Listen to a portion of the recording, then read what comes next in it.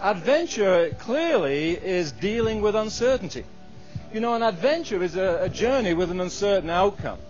The people who go to Mount Everest to seek out the uncertainties and the challenges of that unknown world, recognizing that there are no guarantees, recognizing that in challenging yourself against difficulty and uncertainty, you can discover something new about yourself.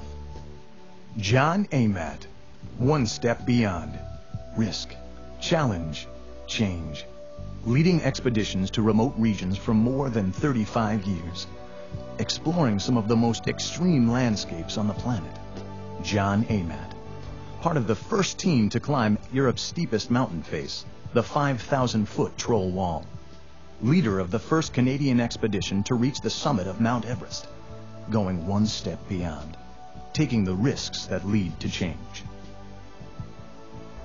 It's only when we are forced to struggle by some kind of external event, perhaps over which we have no control, or when we choose to struggle by challenging the status quo and setting difficult goals for ourselves, it's only then that we discover what we're really capable of achieving. I am, for example, the man I am today because at a very early age, growing up in England, I was very shy, very insecure. I lived in a very protected world. My father was a senior bank executive, a very conservative profession. My mother was a full-time homemaker, always there when I needed help. And it wasn't necessary for me as a kid to take any risks with my life, and as a result, I had no confidence. And I can still remember a family holiday. I think I may have been 8 years of age. We were driving around in the car. We had become lost. And my dad asked me to get out of the car to go to speak to a stranger, to ask that man for directions back to our hotel. And I was so intimidated about the idea of speaking to one stranger that I refused to even get out of the car. I now make my living speaking to strangers.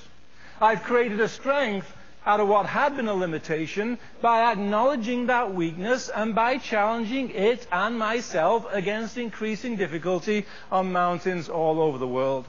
Because when you confront fear, it recedes in front of you. When you run away from fear, it only grows in your mind. In fact, I've come to believe that fear and anxiety is really just nature's way of focusing our attention on the task at hand. And if that's true, and we're not feeling a little bit anxious, clearly we're not paying attention to what's going around us. Clearly we're clinging to the status quo of the past and not seeking out those new opportunities of the future. Laurie took pictures of everything around in the panorama, the landmarks, the mountains, his Sherpa companions. And then, of course, he decided it was time to get a picture of himself on the summit. And it was at that point that he realized he'd run out of film. He started to hunt around in his backpack to find that little 2-ounce canister of spare film that he always carried, and he realized in the urgency to get going that morning he'd forgotten to bring any spare film. He never did get a picture of himself after all that effort. There is a small consolation, though, if you look carefully in the sunglasses of the man on the right-hand side. But you know, pictures aren't important because you don't learn anything from looking at a picture. Standing on the summit isn't even that important because you don't learn anything standing on the summit. The important thing, of course, after an achievement like this is to step back, digest the experience, learn the lessons, and then you can gaze out towards those new plateaus of endeavor out there which are only now possible because of that new learning that has just taken place. I should tell you incidentally that I did not personally stand on the top of Everest on this expedition. I was one of the leaders of the team. It wasn't my job to stand on the summit. My job was to make sure somebody did. Because in our definition of team success, when one person climbed that mountain, the entire team had achieved the goal. And it didn't matter who it was as long as one member of our team reached the top of this mountain. John Amatt, one step beyond. His formidable Everest expedition was televised live throughout Canada and on ABC's Nightline. John Amatt, founder of One Step Beyond Worldwide, an innovative education and motivation company. Author of Straight to the Top and Beyond, in which he uses the metaphor of his own adventures to develop an approach for scaling the heights of today's unpredictable global environment. When you set a goal for yourself, such as this Mount Everest or any other Everest goal in life, it's vital that we bring to that task a clear understanding of our strengths as individuals and teams, but equally essential that we acknowledge our limitations. Everybody in this room is different to some degree because we have different strengths, different limitations. We choose our goals accordingly. We build on the strengths, we improve upon the limitations. We knew that we had the climbing ability to climb to the top of the world. We'd climbed Mount McKinley in Alaska, the highest mountain in North America, but that's only 20,000 feet high. Mount Everest is 2 miles higher than that. So while we recognize this strength, we also acknowledged a very significant limitation, and that was our inability to perform effectively in the rarefied airs of the mountain, as effectively, that is, as the native Sherpa people do who live around the base of Everest at elevations of up to 15,000 feet above the sea. We knew that we would have to integrate the Sherpas of Nepal into our team so that their strengths would offset our limitations, so that our strengths coupled with their strengths together would make it possible for us as a team to go all the way to the summit.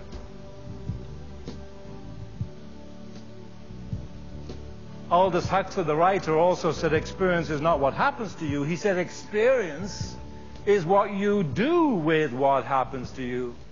Whether you take that experience, whether you reflect upon it, whether you digest it, whether you learn the lessons, and then whether you apply that newfound learning to an even more difficult challenge in life, which is only now possible because that new learning that has just taken place. And it was that experience on that mountainside in Norway at the age of 20 that for me opened up in a crack in a door of possibility that many years later was to take me to Mount Everest as a leader of the first Canadian team ever to try and climb this mountain. John Amatt, the world's best adventure speaker, International Celebrity Management of Australia. More than 1,500 keynote speeches to over 750,000 people in 35 countries, encouraging audiences to push beyond, way beyond self-imposed limitations to embrace personal accountability and effective teamwork. The key to it all? F8 and be there. Pat Morrow is a professional adventure photographer. He's one of the finest outdoor photographers in the world today, and he wanted to take the pictures from the top of the world. But on the summit, it was minus 40 degrees Fahrenheit, 72 degrees of frost, so cold that the battery couldn't charge his electronic camera. He couldn't get an accurate reading of the light to expose the film correctly. So what he had to do was manually operate the camera, to take off his mitts and manually operate that camera. Now, as many of you will know, on a professional single-lens reflex camera, there's a ring of settings called f-stops, aperture settings as they're known. They go all the way from f1.4 all the way around to about f32.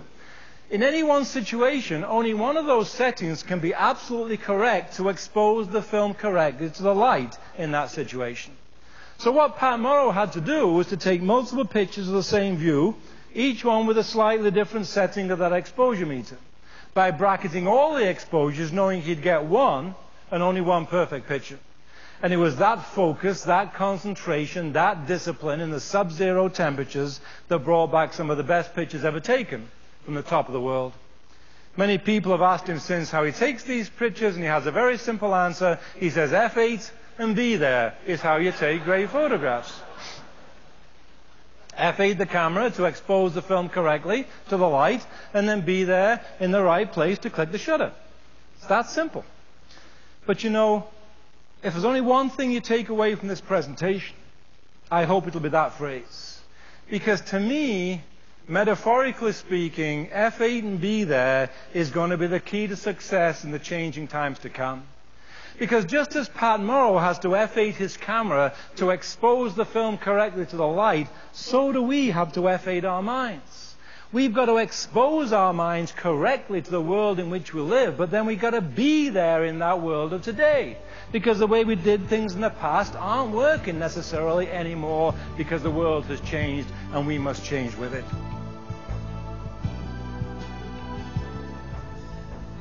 It's the spirit of adventure that drives progress.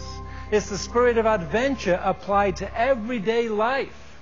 challenging the status quo, using our innovativeness to create new things. It's that adventure that enables us to adapt to the environment and move ahead to any kind of future that we face. And as you climb this mountain, I hope you can think of it as an adventure. But most importantly, just keep on climbing. Thank you. Good luck. John Amatt, One Step Beyond. Risk, challenge, change. For more information on John Amatt and how to go one step beyond, contact the provider of this video.